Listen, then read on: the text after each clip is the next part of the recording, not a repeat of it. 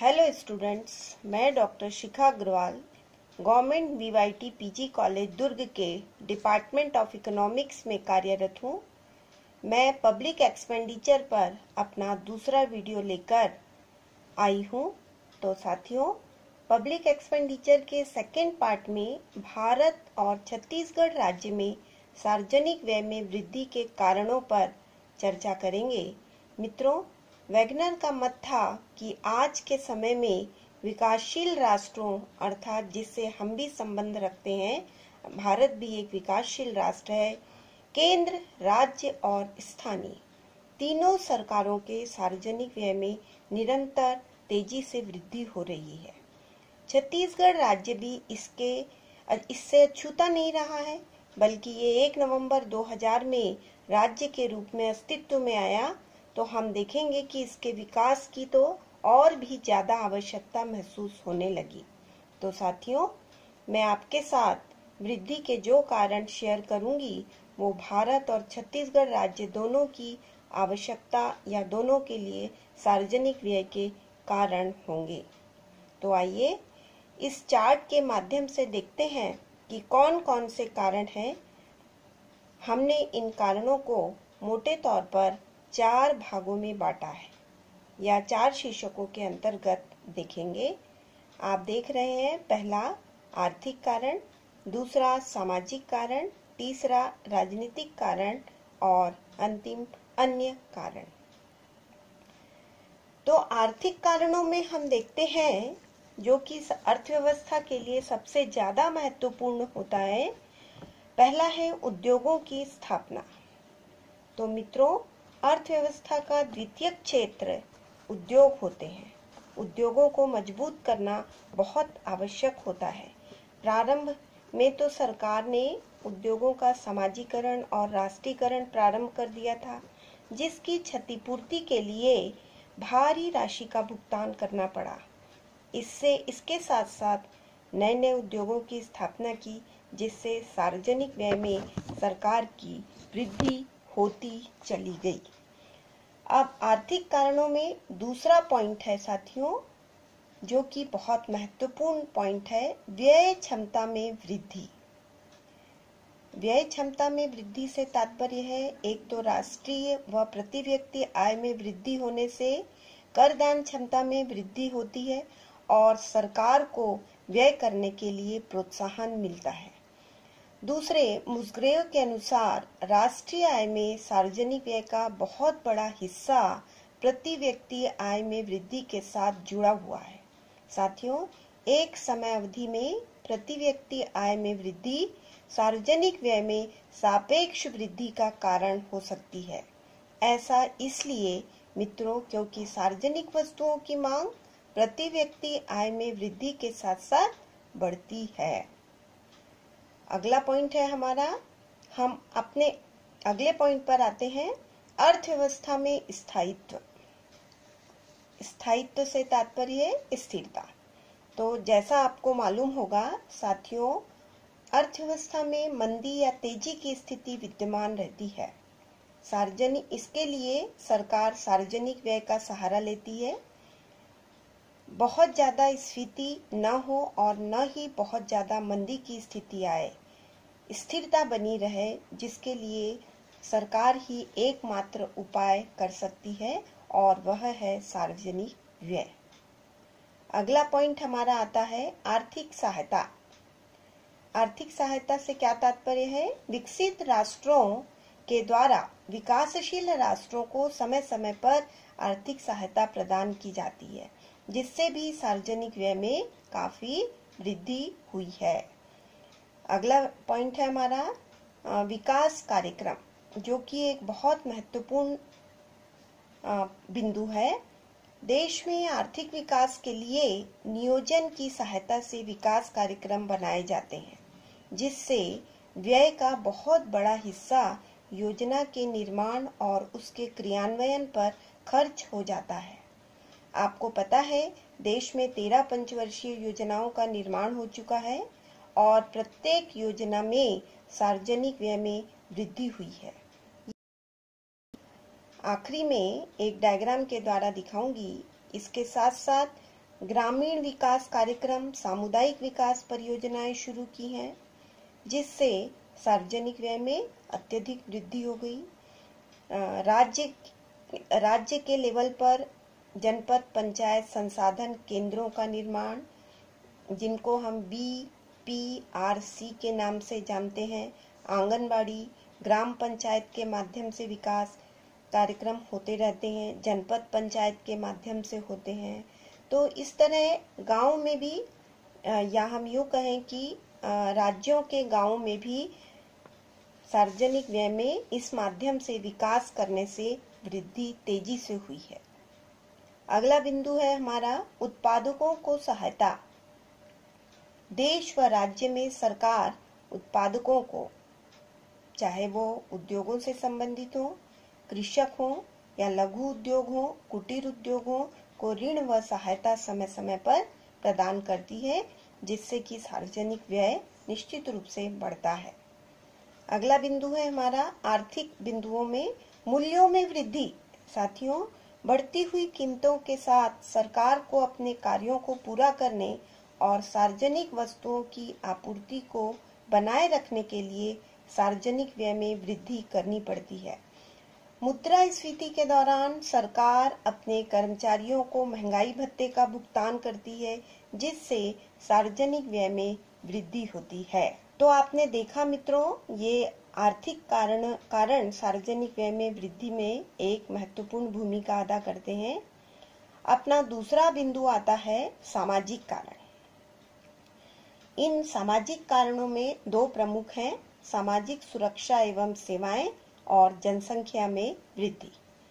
सामाजिक सुरक्षा और सेवाएं मित्रों, सामाजिक सेवाओं के संबंध में राज्य का उत्तरदायित्व निरंतर बढ़ता जा रहा है।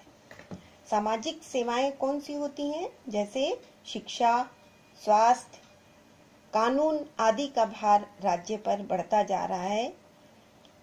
सामाजिक कारणों में दूसरा बिंदु है जनसंख्या में वृद्धि। जैसा कि आपको पता है मित्रों, विश्व के प्राय सभी देशों में जनसंख्या बहुत बढ़ गई है और भारत तो दूसरे नंबर पर है। तो पहले नंबर पर कौन है? चाइना। तो जाहिर सी बात है, उस बढ़ी हुई जनसंख्या के लिए उनकी आवश्यकता के अनुरूप सरकार को व्यवस्था करनी होती है, जिससे सार्वजनिक व्यय बढ़ता है। एक समय था कि लोगों के लिए तीन चीजें जो महत्वपूर्ण आवश्यकताएं, अनिवार्य आवश्यकताएं होती थी, भोजन, कपड़ा और मकान की व्यवस्था सरकार करती थी। किंतु आज मायने बदल गए हैं। आज विश्व कल्याण, या हम कल्याण की बात करते हैं, तो इस कल्याण के तहत ये अति आवश्यक व्यवस्थाएं तो करनी ही होती हैं। इसके साथ साथ शिक्षा और स्वास्थ्य और लोगों का कल्याण, ये भी आवश्यक सेवाएं हो गई हैं। नतीजतन जनसंख्या बढ़ने के साथ साथ सार्वजनिक व्यय में भी तेजी से वृद्धि होने लगी। तो ये दो कारण हुए। अब हम तीसरे कारण पर आते हैं, जो है राजनीतिक कारण। जैसा कि आप चार्ट में देख रहे हैं, इसके भी दो प्रमुख कारण हैं। पहला, सुरक्षा व्यय में भारी वृद्धि।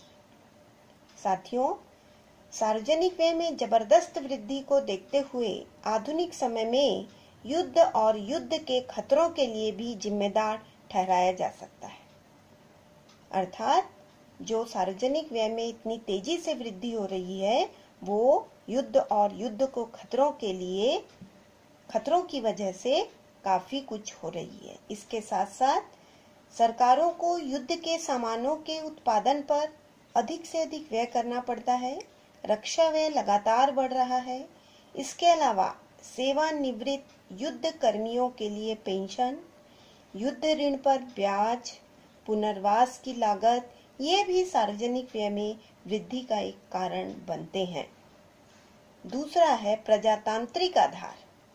प्रजातांत्रिक आधार, लोकतंत्र का आधार। इस लोकतंत्र में, भारत में भी लोकतंत्र है, जैसा कि आपको मालूम है। यहाँ चुनाव, उपचुनावों का खर्चा, मंत्रालयों और कार्यालयों की संख्या में वृद्धि, इन पर भी बहुत व्यय होता है।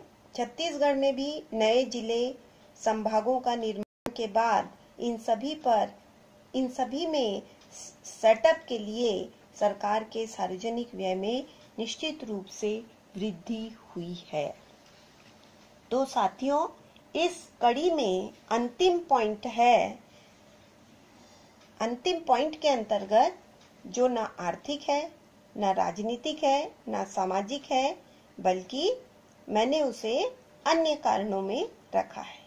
तो अन्य कारणों में पहला आता है स्थानीय समस्याएं। स्थानीय समस्याएं कौन सी होती हैं? स्थानीय समस्याएं अर्थात देश में या राज्य में आने वाली समस्याएं हैं। जैसे मैं आपको उदाहरण देती हूँ, शरणार्थी समस्या। भारत में समय समय पर शरणार्थी समस्या बनती है, जैसे बांग्लादेशी, श्रीलंकाई शरणार्थी के रूप में आए, जिससे सरकार के व्यय में वृद्धि हुई।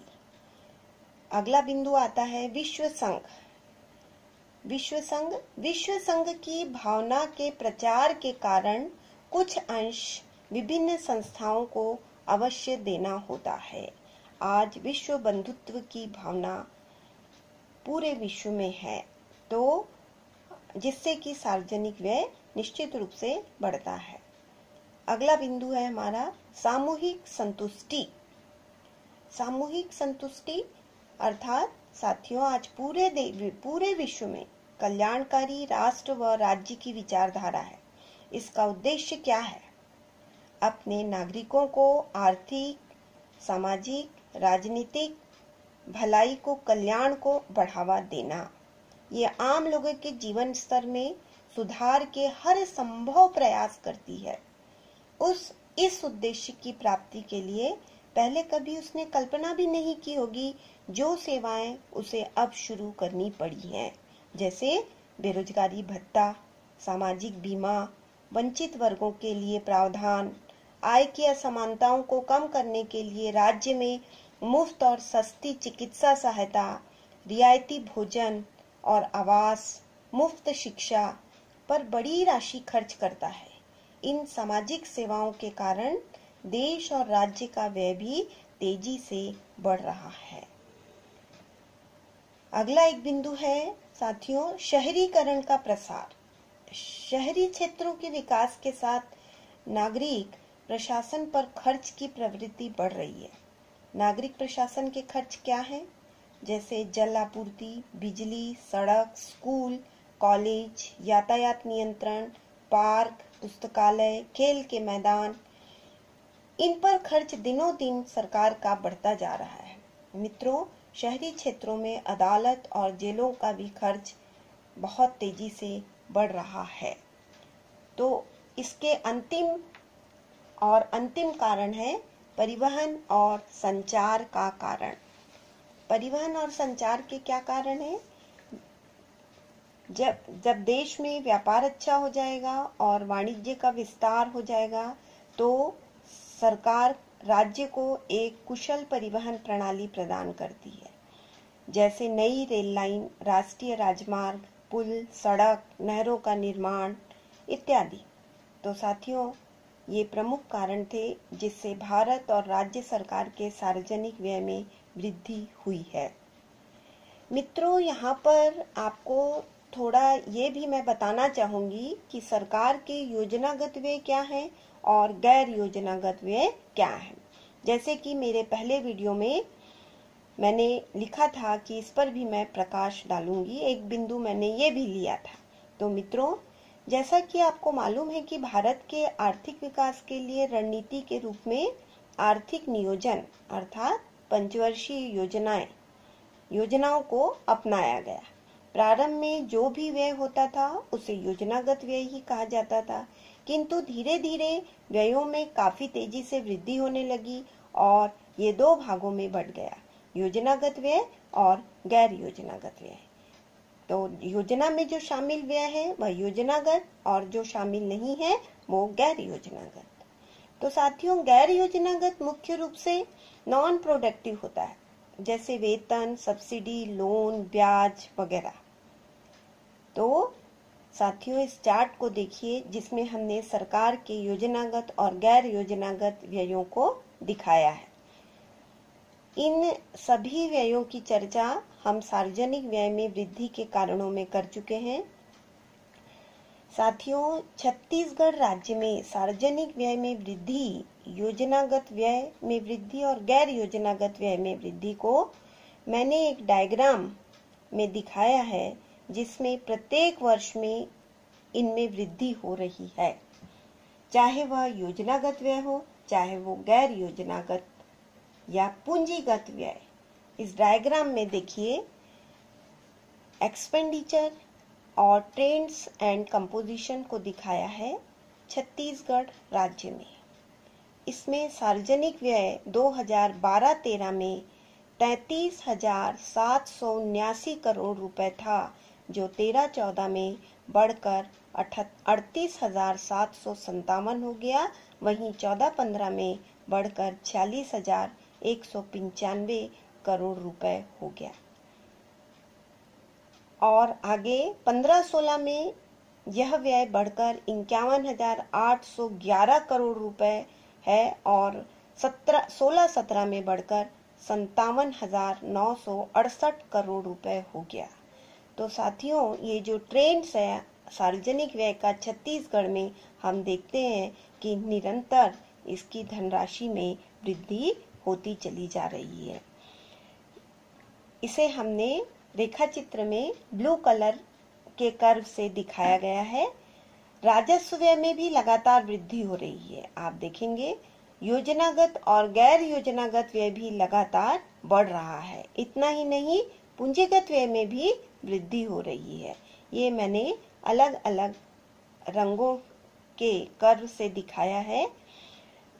उम्मीद है आपको समझ आया होगा। तो साथियों, इसी उम्मीद के साथ कि आपको मेरा वीडियो परीक्षा के दृष्टिकोण से उपयोगी सिद्ध होगा। Thank you.